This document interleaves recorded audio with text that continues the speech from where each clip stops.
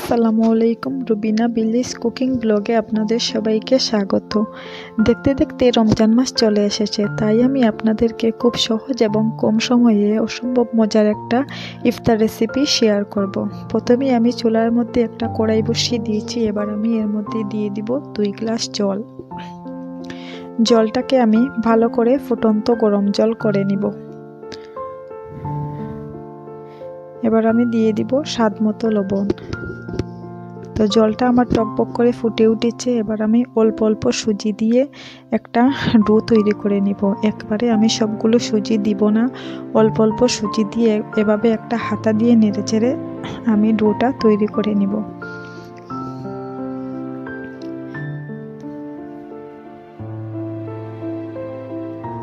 অনবরত নেড়ে চেড়ে ডোটাকে তৈরি করে নিতে হবে।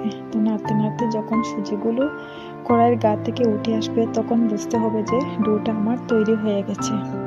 এবার আমি ডোটাকে চুলা থেকে নামিয়ে ঠান্ডা করে নিব।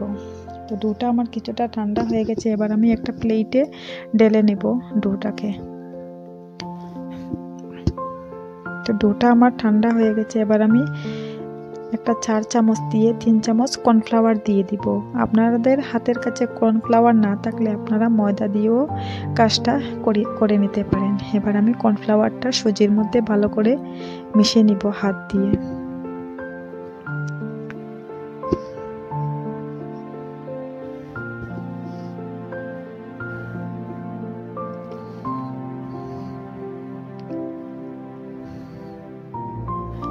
হাতে অল্প তেল লাগিয়ে আমি ভালো করে ডোটা করে নিয়েছি। ডোটা আমার তৈরি হয়ে গেছে। এবার আমি এর মধ্যে দিয়ে দিব পরিমাণ মতো ধনেপাতা কুচি, দিয়ে দিব আমি অল্প পেঁয়াজ কুচি, দিয়ে দিব সামান্য লাল মরিচের গুঁড়ো, সামান্য হলুদ গুঁড়ো, দিয়ে দিব সামান্য আদা বাটা আর সামান্য রসুন বাটা। এবার আমি সামান্য লবণ দিয়ে দিব। লবণের পরিমাণটা আমি কম দিয়েছি। আমি এর জলের মধ্যে ডোটা তৈরি করার সময় জলের মধ্যে আমি লবণটা দিয়েছিলাম, তাই আমি লবণের পরিমাণটা একটু কম দিব। আপনারা আপনাদের স্বাদ অনুযায়ী লবণটা দিয়ে দিবেন। এবার ভালো করে সবগুলো উপকরণ নেড়ে চেড়ে আমি মিশিয়ে নিয়েছি। হাত দিয়ে ভালো করে মেখে মিশিয়ে নিয়েছি। সবগুলো উপকরণ আমার মেখে নেওয়া হয়ে গেছে। এবার আমি হাতের মধ্যে অল্প সাদা তেল লাগিয়ে আমি এখান থেকে অল্প ডো নিয়ে ছোট ছোট করে এইরকম গোল একটা শেপ দিয়ে নিব। তো আপনারা আপনাদের পছন্দ অনুযায়ী যে কোনো ডিজাইন করে নিতে পারেন। তো আমি এইরকম একটা গোল ডিজাইন করে নিয়েছি। তো একইভাবে আমি সবগুলো ডিজাইন করে নিব। একইভাবে আমার সবগুলো পিঠে তৈরি করে নেওয়া হয়ে গেছে। এবার আমি তেলের মধ্যে ভেজে নিব। আবারও আমি চুলার মধ্যে একটা লোহার কড়াই বসিয়ে দিয়েছি। এবার দিয়ে দিব পরিমাণ মতো সাদা তেল।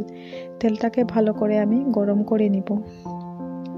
তেলটা আমার ভালো করে গরম করে নেওয়া হয়ে গেছে। এবার আমি একটি একটি পিঠে তেলের মধ্যে দিয়ে দিব।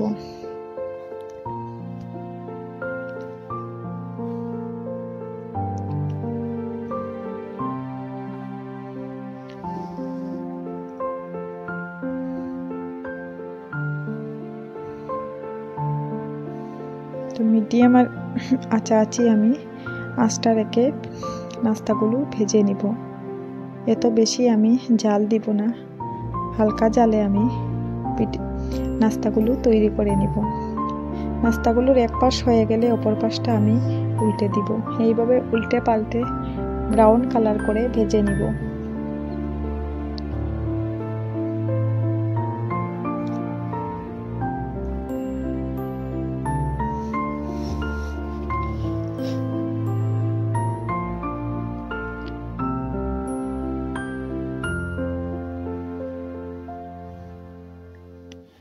নাস্তাগুলো আমার হয়ে গেছে। এবার আমি তেল থেকে উঠিয়ে নিব। তো তেলটা আমি ভালো করে জড়িয়ে নাস্তাগুলো উঠিয়ে নিব। একইভাবে আমি বাকি সবগুলো পিঠে তৈরি করে নিব।